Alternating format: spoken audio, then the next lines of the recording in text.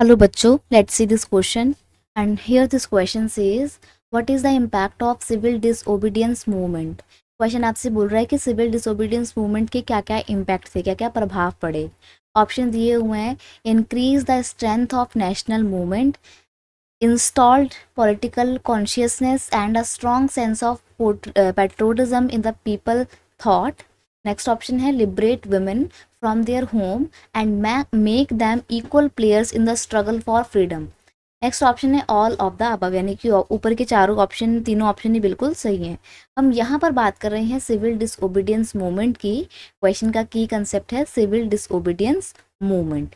देखिए, civil disobedience movement की बात करें तो ये शुरू कब हुआ था. Civil disobedience movement started on 12th March 1930 when Gandhi ji disobey the salt law. Gandhi ji ने जब नमक कानून तोड़ा था, उस नमक कानून को तोड़ने के साथ ही सिविल डिसओबीडियंस मूवमेंट की शुरुआत होती है. आपको ये तो पता ही है, 12 मार्च 1930 को गांधी जी ने क्या स्टार्ट किया था. गांधी जी ने अपनी एक सॉल्ट नमक यात्रा, एक सॉल्ट मार्च स्टार्ट किया था, जो कि उनके आश्रम जो कि साबरमती में है, साबरमती से दांडी तक की यात्रा उन्होंने पूरी कवर की थी. और वो 6 अप्रैल 1930 को दांडी पहुंचे थे और वहां जाकर उन्होंने अपना नमक बनाया था और सॉल्ट लॉ को तोड़ा था, डिफाई किया था.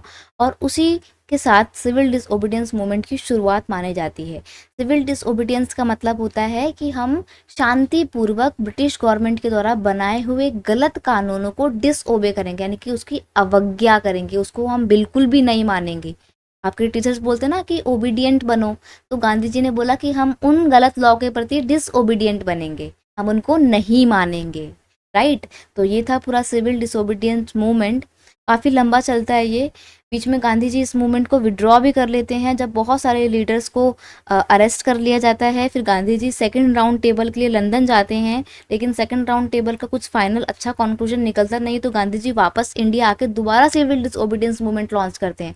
लेकिन ये मूवमेंट उतना ज़्यादा सक्सेसफुल या उतना ज़्यादा पावरफुल, प्रभावशाली नहीं होता है जब इसको दूसरी बार गांधी जी शुरू करते हैं.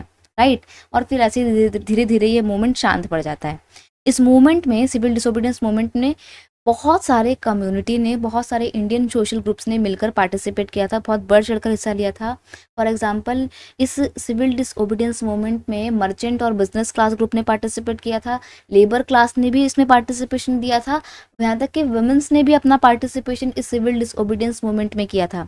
ये पहली बार था जब महिलाओं ने घर की चार दीवारों से बाहर निकल कर किसी पॉलिटिकल मूवमेंट में पार्टिसिपेशन किया था. तो इस वजह से सिविल डिसोबीडियंस मूवमेंट और इम्पॉर्टेंट हो जाता है.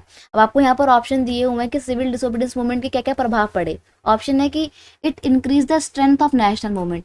इसने जितने भी नेशनल मूवमेंट थे उनको और ज़्यादा मजबूती प्रदान करी. ऑप्शन तो अच्छा लग रहा है, लेकिन हम आगे बढ़ेंगे. Install the political consciousness and a strong sense of patriotism in the people thought. यानी कि इस मूवमेंट ने लोगों के अंदर पॉलिटिकल कॉन्शियसनेस, एक उनके अंदर जागृति ला दी थी, उनको एक अवेयर कर दिया था, और ज़्यादा अच्छा और पैट्रियोटिक सिटीजन बनने में मदद की थी. उनके अंदर देशभक्ति की भावना को जगाया था सिविल डिसोबीडियंस मूवमेंट ने. ये ऑप्शन भी हम कंसिडर कर सकते हैं.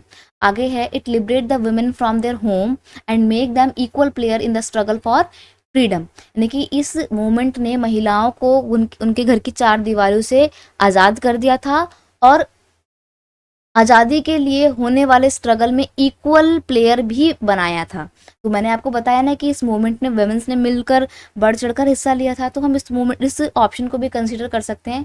और क्योंकि हमारे यहाँ पर तीनों ऑप्शन ही बिल्कुल सही हैं, that is why option D is your correct answer, all of the above. Right. Option D is your final answer. I hope you understood it well. Best of luck.